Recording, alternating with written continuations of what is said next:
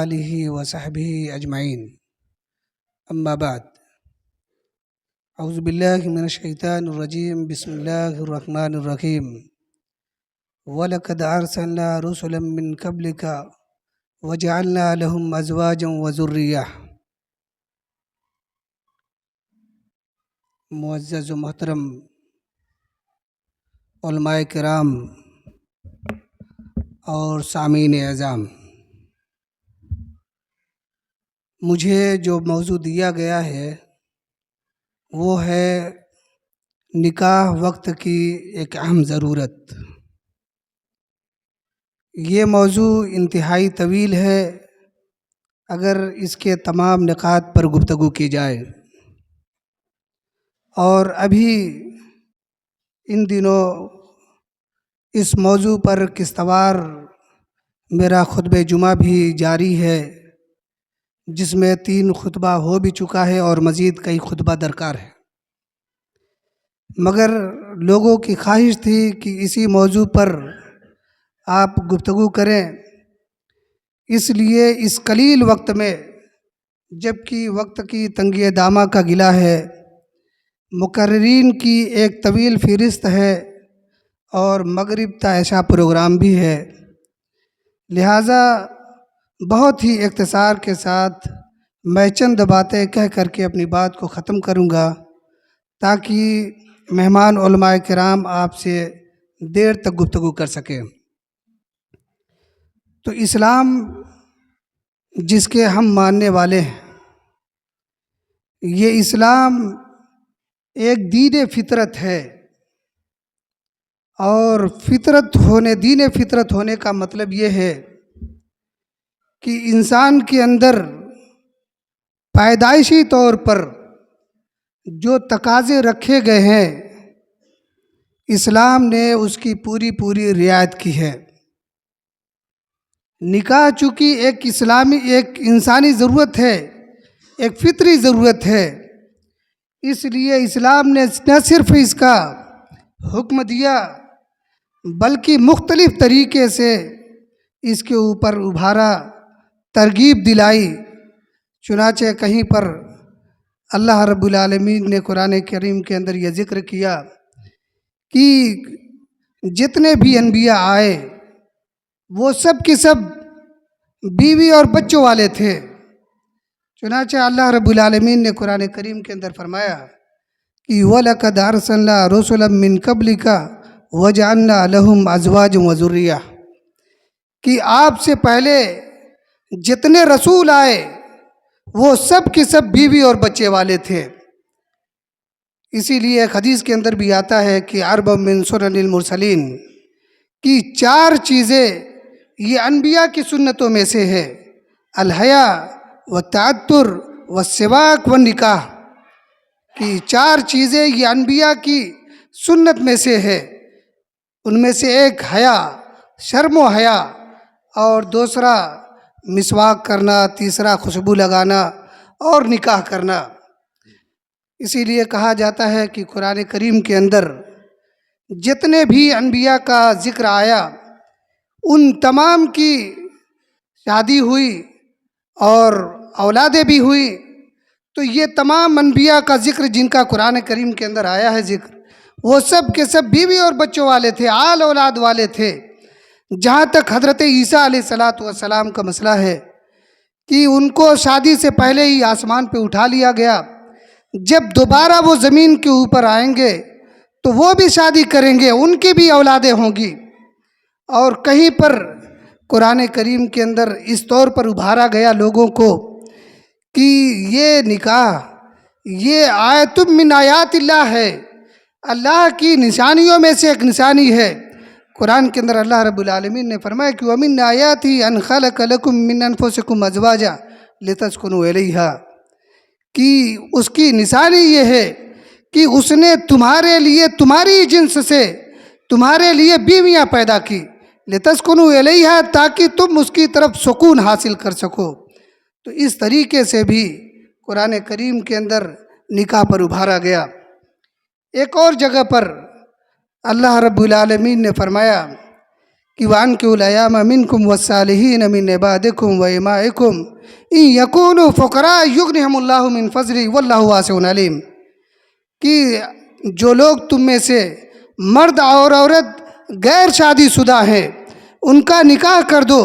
اسی طریقے سے تمہارے وہ نیک بخت غلام اور لوڈی جو غیر شادی شدہ ہے تم ان کا بھی نکاح کر دو، اگر وہ فقیر بھی ہوں گے محتاج بھی ہوں گے تو اللہ رب العالمین اپنے فضل سے انہیں مالدار کر دے گا۔ واللہ واسع علیم، اللہ رب العالمین کشادگی والا اور علم والا ہے۔ تو اس طریقے سے اللہ رب العالمین نے یہ دلاسا دیا کہ اگر تمہارے پاس مال نہیں ہے، دولت نہیں ہے، تم فقیر بھی ہو، تب بھی تم نکاح کرو، اللہ رب العالمین اس کے ذریعے سے تمہیں برکت دے گا مال کے اندر۔ حدیث کے اندر آتا ہے کہ رسول صلی اللہ علیہ وسلم نے فرمایا کہ ثلاثۃ حق علی اللہ عونہم، کہ 3 طرح کے لوگ ایسے ہیں کہ اللہ رب العالمین پر یہ حق ہے کہ اللہ ان کی مدد کرے۔ ان میں سے ایک یہ ہے کہ وَالنَّاكِحُ الَّذِي يُرِيدُ الْعَفَافَ، ایسا نکاح کرنے والا جو پاک دامنی کا ارادہ کرتا ہے۔ تو اگر کوئی شخص اس ارادے سے پاک دامنی کے ارادے سے نکاح کرتا ہے تو اللہ رب العالمین پر یہ حق بنتا ہے کہ اللہ رب العالمین ان کی مدد کرے۔ اسی لیے حضرت عمر رضی اللہ تعالیٰ عنہ کہا کرتے تھے کہ مجھے تعجب ہے ان لوگوں پر، حیرت ہے ان لوگوں پر جو مالداری چاہتے ہیں نکاح کے بغیر مالدار ہونا چاہتے ہیں۔ تو مطلب یہ تھا کہ اگر آپ مال کے اندر وسعت چاہتے ہیں، مالداری چاہتے ہیں، تو آپ کو چاہیے کہ آپ نکاح کر لیں۔ تو اس طریقے سے اللہ رب العالمین نے نکاح پر ابھارا قرآن کریم کے اندر، اور نبی صلی اللہ علیہ وسلم نے بھی مختلف احادیث کے اندر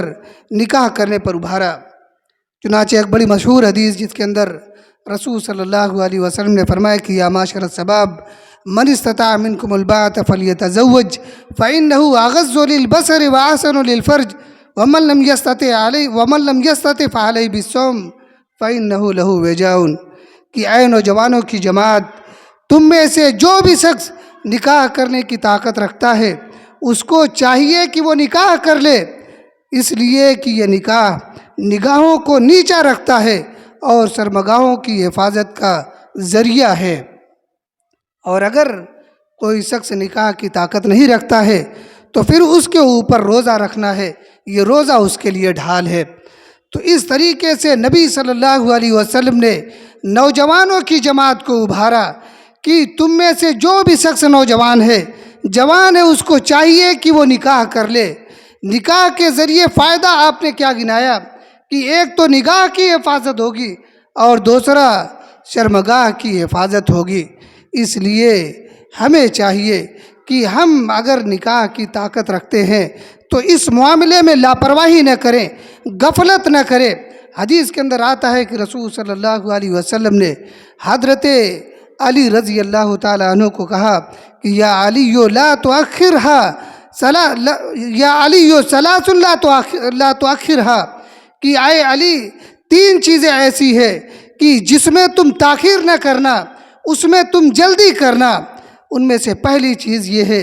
کہ الصلاۃ اذا اتت، کہ نماز کا جب وقت ہو جائے تو تم نماز کے لیے جلدی کرنا،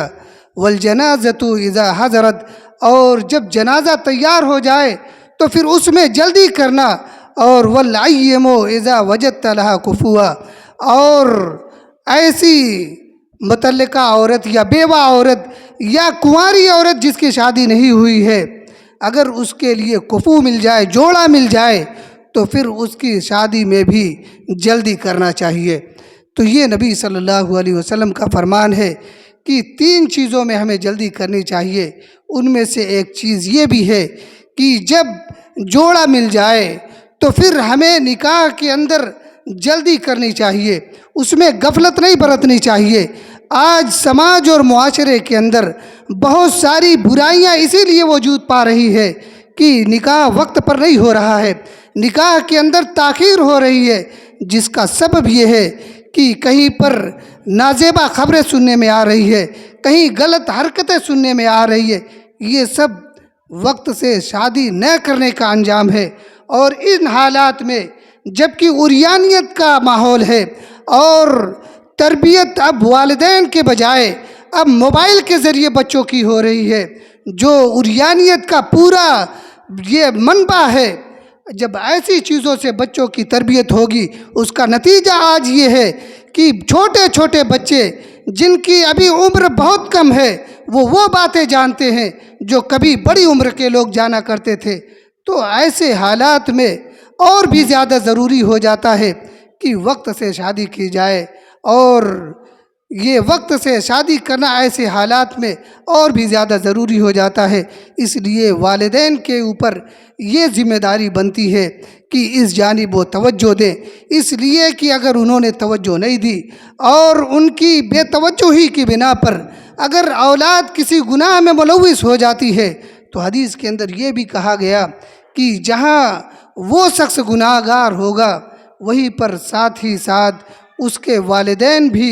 گناہوں سے بچ نہیں سکتے ہیں۔ اس لیے اس معاملے میں جلدی کرنا چاہیے۔ اس کے بہت سارے فوائد ہیں، شادی کے دنیاوی بھی فوائد ہیں، دینی بھی فوائد ہیں، معاشرتی بھی فوائد ہیں۔ جو دینی فوائد ہیں وہ کیا کہ نبی صلی اللہ علیہ وسلم نے فرمایا کہ تزوج الودود الولود فإنی مکاثر بکم الامم، کہ تم شادی کرو زیادہ محبت کرنے والی اور زیادہ بچہ پیدا کرنے والی عورت سے۔ اس کا فائدہ کیا ہوگا کہ میں تمہاری کثرت کی بنا پر قیامت کے دن اور امتوں پر فخر کروں گا۔ تو یہ ایک فائدہ یہ ہوگا کہ رسول صلی اللہ علیہ وسلم ہماری کثرت کی بنا پر، امت محمدیہ کی کثرت کی بنا پر اور دوسری امتوں کے اوپر آپ فخر کریں گے۔ اسی طریقے سے ایک فائدہ یہ بھی ہوگا کہ جب اولاد ہوگی تو ہمارے انتقال کے بعد وہ ہمارے لیے دعا کرے گی، تو یہ بھی ہمارے لیے صدقہ جاریہ ہوگا۔ مشہور حدیث ہے کہ اذا مات الانسان انقطع عنہ عملہ، کہ جب انسان مر جاتا ہے تو اس کے اعمال کا سلسلہ بھی منقطع ہو جاتا ہے، الا من ثلاثۃ، الا من صدقۃ جاریۃ او علم ينتفع به او ولد صالح يدعو له، کہ جب انسان مر جاتا ہے تو اس کے اعمال کا سلسلہ بھی منقطع ہو جاتا ہے سوائے تین چیزوں کے۔ ایک یہ کہ او علم ينتفع به، کہ وہ کوئی ایسا علم چھوڑ جائے جس سے لوگ فائدہ اٹھائیں، یا وہ نیک اور صالح اولاد چھوڑ جائے جو اس کے مرنے کے بعد اس کے لیے دعا کریں، یا یہ کہ کوئی اور بھی ایسا کام کر جائے جس سے لوگ فائدہ اٹھاتے رہیں، تو اس کا ثواب بھی اسے ملتا رہے گا۔ اور اگر اولاد ہم سے پہلے ہی انتقال کر جاتی ہے، یعنی والدین کی موجودگی میں اگر اولاد کا انتقال ہو جاتا ہے، تو یہ بھی ہمارے لیے فائدے کا ذریعہ ہے کہ قیامت کے دن وہ ہمارے لیے اللہ رب العالمین سے سفارشی بن کر کے ہمارے سامنے آئے گا۔ تو یہ دنیاوی فوائد ہیں، اس کے معاشرتی اور اخلاقی ہر طرح کے فوائد ہیں، جس کا ذکر کرنا یا ہر پہلو کو بیان کرنا اس مختصر سے وقت میں ممکن نہیں ہے۔ اس لیے میں آپ تمام حضرات سے اس بات کی درخواست کروں گا، ایسے والدین سے جن کے پاس ہر طرح کی استطاعت ہے، کوئی چیز ان کے لیے مانع بھی نہیں ہے، پھر خواہ مخواہ اس میں تاخیر کرنا یہ بہتر چیز نہیں ہے۔ سماج اور معاشرے کی جو غلط رسم و رواج ہمارے درمیان رائج ہو گئی، چاہے وہ جہیز کی رسم ہو یا بہت زیادہ حد سے زیادہ بڑا ولیمہ کرنے کا بوجھ آج جو معاشرے کے اوپر پڑ رہا ہے، بارات اور اس دیگر چیزوں کی وجہ سے آج آدمی کے اوپر نکاح کرنا ایک بڑا سا بوجھ بن گیا ہے۔ حالانکہ دیکھیں کہ صحابہ کرام کی شادیاں کیسے ہوا کرتی تھی، کتنی سادگی سے، کتنے کم خرچ میں ان کی شادیاں ہو جاتی تھی، کہ حدیث کے اندر یہ آتا ہے کہ ایک شخص نبی صلی اللہ علیہ وسلم کے پاس بیٹھا ہوا تھا، ایک عورت آئی اور اپنے آپ کو نبی صلی اللہ علیہ وسلم کے لیے ہبہ کر دیا۔ آپ نے ایک مرتبہ اس عورت کو اوپر سے نیچے دیکھا، نگاہیں نیچی رکھ کر لی، تو ایک صحابی اٹھ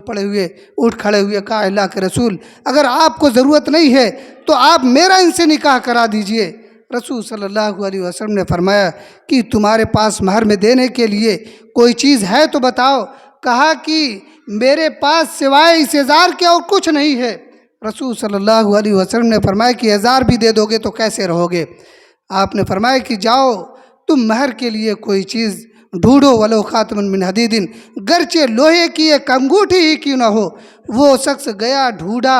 تلاش کے بعد اس کو کوئی چھوٹی اور معمولی سی چیز بھی نہ ملی، پھر واپس آیا، کہا اللہ کے رسول کچھ نہ ملا۔ تو رسول صلی اللہ علیہ وسلم نے فرمایا کہ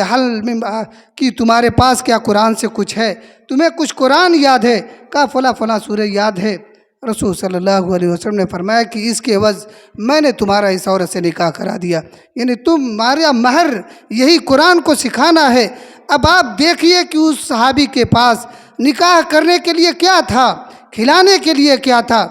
وہ ڈھونڈ کر کے آیا اور کہا کہ مجھے ایک معمولی سی بھی چیز نہیں مل رہی ہے، پھر بھی اس نے نکاح کر لیا۔ مگر آج ہمارے وہاں ساری دولت ہونے کے باوجود کبھی گھر کا بہانہ، کبھی تعلیم کا بہانہ، کبھی کسی اور چیز کا بہانہ دے کر کے عمر 40 سال 30 سال 35 سال تک ہو جاتی ہے، اور لڑکے اور لڑکیاں شادی سے محروم رہتے ہیں۔ اس جانب ہمیں توجہ دینی چاہیے۔ اللہ رب العالمین سے دعا کرتے ہیں کہ مولا کریم تو ہم کو ہر تمام معاملات کے اندر کتاب و سنت کے مطابق زندگی گزارنے کی توفیق عنایت فرما۔ آمین۔ وآخر دعوانا ان الحمد للہ رب العالمین۔